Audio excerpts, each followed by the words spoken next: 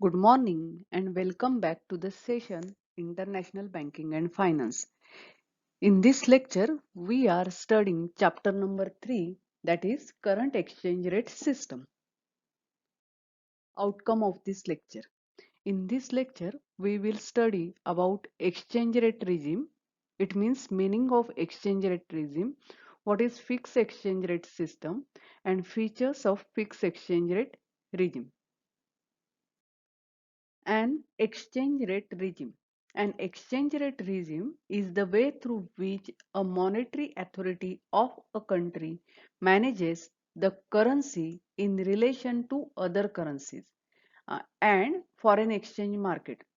म्हणजे exchange rate regime हे एक माध्यम आहे ज्या माध्यमातून मॉनेटरी अथॉरिटी देशाची मॉनेटरी अथॉरिटी त्या देशाच्या करन्सीची किंमत दुसऱ्या करन्सीमध्ये म्हणजे त्या देशाची आणि दुसऱ्या देशांची करन्सी यांची किंमत जिथे ठरवली जाते किंवा फॉरेन एक्सचेंज मार्केटच्या संदर्भात जिथे निर्णय घेतले जातात त्याला एक्सचेंज रेट रिजिम असं म्हणतात.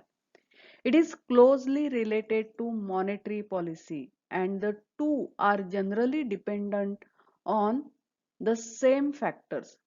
लक्षात घ्या एक्सचेंज रेट रिजिम ही closely related to monetary policy monetary पॉलिसीशी रिलेटेड आहे आणि मॉनेटरी पॉलिसी असू दे किंवा एक्सचेंज रेट रिजिम असू दे हे दोन्हीही dependent on many of the same factor दोन्ही एका सेम फॅक्टरवर अवलंबून असतात. हे फॅक्टर्स कोणते आहेत such as an economic scale and openness, inflation rate, elasticity of labor market, financial market development, financial market development and capital mobility. हे जे फॅक्टर्स आहेत या सर्व फॅक्टर्सवर मॉनेटरी पॉलिसी सुद्धा अवलंबून असते आणि एक्सचेंज रेट रिजिम सुद्धा अवलंबून असतो. There are two major regime types. One, fixed exchange rate regime, another floating exchange rate regime. लक्षात घ्या एक्सचेंज रेट चे खूप प्रकार आहेत पण मुख्यतः दोन आहेत फिक्स एक्सचेंज रेट आणि floating exchange rate. Fixed exchange rate regime where the currency is tied to another currency, mostly reserve currencies such as US dollar, euro, British pound, sterling or basket currencies. लक्षात घ्या fix exchange rate मध्ये कोणत्याही देशाच्या करन्सीचा exchange rate हे दुसऱ्या कुठच्या तरी एका करन्सीशी निगडित ठरवला जातो. मुख्यतः हा ती रिझर्व करन्सी असते. म्हणजे उदाहरणार्थ सांगायचं झालं तर US dollar. Bretton Wood system मध्ये US डॉलरला रिझर्व करन्सी म्हणून मान्यता मिळाली पण त्याच्या अगोदरचा जो काळ होता तो गोल्ड एक्सचेंज सिस्टमचा होता. गोल्ड एक्सचेंज सिस्टम मध्ये सगळ्या देशांच्या करन्सीची किंमत ही सोन्याचं मूल्य त्या देशात असलेलं सोन्याचं मूल्य. उदाहरणार्थ अमेरिकेत 1 औंस सोनं बरोबर $35 असा रेट फिक्स ठरलेला असायचा. गोल्ड सिस्टम ज्या वेळेला फेल झालं त्याच्यानंतर मग आलं Bretton Wood system. Bretton Wood system मध्ये सोन्याला जसं रिझर्व्ह ऍसेट म्हणून मान्यता मिळालेली होती त्याचबरोबर US डॉलरला सुद्धा रिझर्व्ह ऍसेट म्हणून मान्यता मिळाली आणि त्यामुळे साहजिकच US डॉलर हे रिझर्व्ह करन्सी म्हणून सगळ्या देशांच्या करन्सीची किंमत US डॉलरच्या मूल्यात ठरवली जात होती. नंतर मग युरो, पाऊंड स्टर्लिंग कारण मुळात ब्रेटन वूड सिस्टम ब्रेकडाऊन झाल्यानंतर जवळजवळ 16 देशांच्या करन्सीमध्ये म्हणजे त्याला बास्केट करन्सीमध्ये 16 देशांच्या करन्सी होत्या. त्याच्यानंतर त्या 4 झाल्यानंतर पुन्हा 5 झाल्या. हे नेहमी बदलत असतं. आंतरराष्ट्रीय व्यापारानुसार ते चेंज होत राहतं. Floating exchange rate regime where the economy dedicates the movement of exchange rate. Floating exchange rate मध्ये एक्सचेंज रेट हा बदलत असतो आणि तो demand for and supply of currency याच्यावर अवलंबून असतो. There are also intermediate exchange rate regimes that combines the element of other regimes. हे दोन मुख्य जे प्रकार आहेत फिक्स एक्सचेंज रेट आणि फ्लोटिंग एक्सचेंज रेट. पण फिक्स आणि फ्लोटिंग यांच्या मधले सुद्धा काही एक्सचेंज रेट आहेत ज्याचा अभ्यास आपण पुढील व्हिडिओत करणार आहोत. Fixed exchange rate system, a system where A currency's value is tied to the value of another single currency, to a basket of other currencies, or to another measure of value such as gold. म्हणजे fix exchange rate system मध्ये करन्सीची किंमत एक fix केली जाते आणि ती किंमत दुसऱ्या एखाद्या करन्सीशी टाय केली जाते, म्हणजे दुसऱ्या करन्सीच्या मूल्यात ठरवली जाते. म्हणजे सपोज $1 बरोबर 50 रुपये, तर इंडियन रुपीची किंमत $1 बरोबर 50 रुपये ही ठरलेली आहे. तसंच basket of the other currencies, म्हणजे इतर काही करन्सी मिळून एक बास्केट तयार होतं आणि त्याच्यात मूल्य ठरतं, किंवा other measure value such as gold, किंवा इतर जे आहे ते सोन्यामध्ये, की 1 अंश सोनं बरोबर $35. Fix exchange rate system a peg exchange rate system is a currency system in which government try to maintain currency value that is constant against specific currency or gold. म्हणजे फिक्स एक्सचेंज रेट सिस्टम मध्ये किंवा peg exchange rate system मध्ये currency government काय करतं, त्या करन्सीची किंमत fix ठेवण्याचा प्रयत्न करतो, स्थिर ठेवण्याचा प्रयत्न करतो. ही जी किंमत आहे ती एखाद्या करन्सीशी रिलेटेड असेल किंवा सोन्याशी रिलेटेड स्थिर ठेवण्याचा प्रयत्न यामध्ये केला जातो. In a fix exchange rate system, a country's government decides the worth of its currency in terms of either a fixed weight of asset, another currency, or basket of the other currencies. Fix exchange rate system मध्ये देशाचं सरकार त्या देशाच्या करन्सीचं मूल्य ठरवतं आणि ठरवलेलं मूल्य जे आहे ते स्थिर राहावं यासाठी सरकार प्रयत्न करतं. आणि हे जे मूल्य आहे ते एकतर कुठच्या तरी ऍसेट मध्ये ते मूल्य ठरवलं जातं, जसं की पहिल्या आणि दुसऱ्या महायुद्धाच्या काळामध्ये डॉलरची किंमत 1 अंश बरोबर $35 ही फिक्स ठेवली होती आणि ती फिक्स ठेवण्यासाठी अमेरिकन सरकार धडपडत होतं. किंवा एखाद्या करन्सीमध्ये त्याचं मूल्य ठरवलं जातं, किंवा एक बास्केट ऑफ द करन्सीज. मुळात ब्रेटन वूड सिस्टम कोलॅप्स झाल्यानंतर काही देशाच्या करन्सी ज्या जास्त फ्रीली कन्व्हर्टेबल आहेत, मग त्या सुरुवातीला ब्रेटन वूड सिस्टम कोलॅप्स नंतर 16 देशाच्या करन्सी होत्या, नंतर त्या 4 झाल्या, मग 5 झाल्या, त्या बदलत असतात, कारण ज्या देशाची करन्सी फ्रीली कन्व्हर्टेबल आहे ती बास्केट करन्सी म्हणून ओळखली जाते. Central bank of a country remains committed at all times to buy and sell its currency at fixed prices.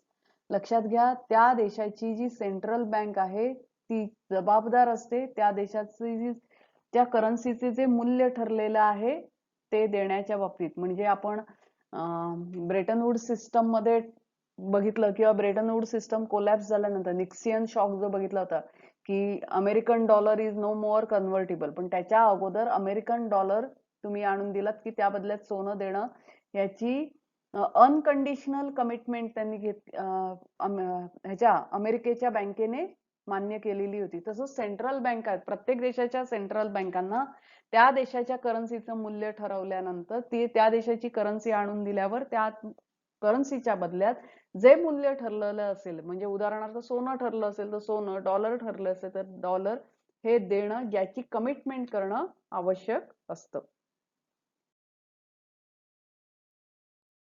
To ensure that currency will maintain its peg value, the country's central bank maintains reserve of foreign currencies and gold.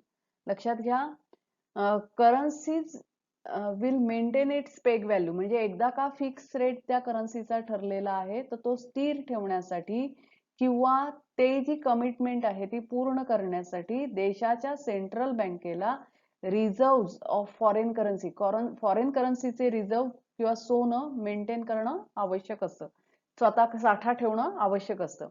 They can sell these reserve in order to intervene in foreign exchange market and to make up excess demand and take up excess supply of the country's currency.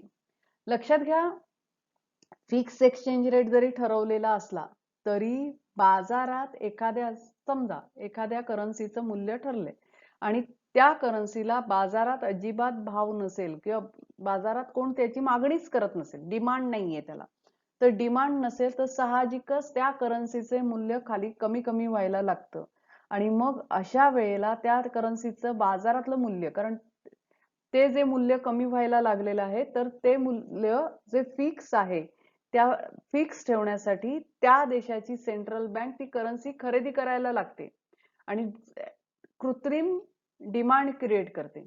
आणि समजा एखाद्या देशाची currency fix आहे, म्हणजे त्या करन्सीचं मूल्य X रुपये आहे आणि त्या करन्सीला जागतिक बाजारपेठेत डिमांड खूप वाढला, तर लोक त्या म्हणजे Indian rupee is equal to X म्हटलं आपण, तर एका रुपयाबरोबर एक्स, पण इंडियन रुपीचं जर मूल्य वाढलं तर एक्सच्या ऐवजी 2x देऊन लोक खरेदी करायला तयार होतात, म्हणजे त्या इंडियन करन्सीचं मूल्य वाढतं आणि अशा वेळेला डिमांड वाढलेला असतो आणि सप्लाय कमी झालेला असतो आणि मग तो सप्लाय कमी झालेला आहे तो मेंटेन करण्यासाठी सेंट्रल बँक आपल्याकडची करन्सी विकायला सुरुवात करते. So they can sell the reserve in order to intervene foreign exchange market to make up excess demand and to take up excess supply of the country's currency. गरजेनुसार आपल्याकडचं reserve खरेदी करणं किंवा विकणं हे काम सेंट्रल बँकेला करावं लागतं to maintain fix exchange rate. The most famous fix exchange rate is the gold standard, जे ज्याविषयी तुम्ही अगोदरच्या लेक्चरमध्ये ऐकलेलं आहे. Where a unit of currency is paid to a specific measure gold, म्हणजे गोल्ड स्टँडर्ड मध्ये सगळ्या देशांच्या करन्सीचं मूल्य सोन्यात फिक्स केलेलं जात होतं. Regime also pegged to other currencies. लक्षात घ्या, नुसतं सोनच नाही तर इतर करन्सीजना सुद्धा हा रिजिम जोडलेला असतो. These countries can either choose a single currency to peg or basket currencies consisting of currencies of a country's major trading partners. लक्षात घ्या, कोणत्याही देशाच्या करन्सीचं मूल्य एका सिंगल देशात म्हणजे एखाद्या सिंगल करन्सीमध्ये किंवा बास्केट करन्सी इतर देशांच्या अधिक देशांच्या करन्सीमध्ये मूल्य ठरवलं जातं आणि हे कशावर अवलंबून असतं तर त्या देशांचे एकमेकांशी असलेले व्यापार याच्यावर ते अवलंबून असतं. Now we will discuss about features of fix exchange rate regime. Under the fixed exchange rate system, the government or the central bank intervenes in foreign exchange market so as to maintain exchange rate stays close to an exchange rate target. काय म्हटलंय, fix exchange rate system मध्ये government किंवा central बँकेला हस्तक्षेप करावा लागतो foreign exchange मार्केटमध्ये, जेणेकरून तो जो एक्सचेंज रेट ठरलेला आहे त्या टार्गेट पर्यंत स्थिर राहण्यासाठी. By intervening in foreign exchange market through the process of buying and selling foreign assets currencies, central bank keeps the exchange rate at a target fixed level. Central बँकेला यामध्ये intervention करावं लागतं जेणेकरून टार्गेट फिक्स लेवलला exchange rate स्थिर राहावा यासाठी, आणि त्यासाठी central bank foreign exchange currency जी आहे किंवा रिझर्व करन्सी जी आहे त्याची खरेदी विक्री करत असते. The essential features of fixed exchange rates regimes are: first, the currency in which domestic currency is pegged should be freely convertible. बघा, करन्सी कोणत्या दुसऱ्या करन्सीला पेग केली जाते, दुसऱ्या कोणत्या करन्सीमध्ये त्याचं मूल्य ठरवलं जातं, जी करन्सी फ्रीली कन्व्हर्टिबल आहे, जास्त करून डॉलर. का तर जगामध्ये सगळीकडे ती स्वीकारली जाते. भारताचा व्यापार हा जगातल्या अनेक देशांमध्ये आहे, तो काही अमेरिकेशीच आहे असं नाही, पण जसं की युरोपात असेल, इटलीमध्ये असेल व्यापार, किंवा इराण, इराक या देशांशी व्यापार असेल, तर एकतर इराक वगैरे या देशांशी असेल तर तुम्हाला युरोमध्ये त्याचं इंडियन रुपीचे दर ठरवावे लागतील. पण इतर काही आफ्रिकेतले देश असतील तर तिथे US डॉलर स्वीकारला जातो. त्यामुळे करन्सीचे जे मूल्य आहे ते अशा दुसऱ्या देशाच्या करन्सीची पेगिंग केलं जातं जी फ्रीली कन्व्हर्टिबल आहे. Central bank intervention in determination of price of the currency is another important element of this system. लक्षात घ्या, फिक्स एक्सचेंज रेट सिस्टमचा एक महत्वाचा फीचर काय आहे? Central bank intervention. Central bank ह्याच्यात हस्तक्षेप करते. Central bank fixes the price of currency. Fix exchange rate system मध्ये एक्सचेंज रेट हा सेंट्रल बँक ठरवतं किंवा करन्सीचा दर सेंट्रल बँक फिक्स करतं. The central bank can also buy and sell currencies. Central बँकेला करन्सी खरेदी आणि विक्री करण्याचा सुद्धा अधिकार असतो. It is responsibility of the central bank to maintain adequate foreign currency reserves. आवश्यक असलेला फॉरेन करन्सी रिझर्व मेंटेन करण्याची जबाबदारी सेंट्रल बँकेची असते. So students, today we have studied about what is exchange rate regime, what is fixed exchange rate, and features of fixed exchange rate. Thank you and good day to you. Happy learning.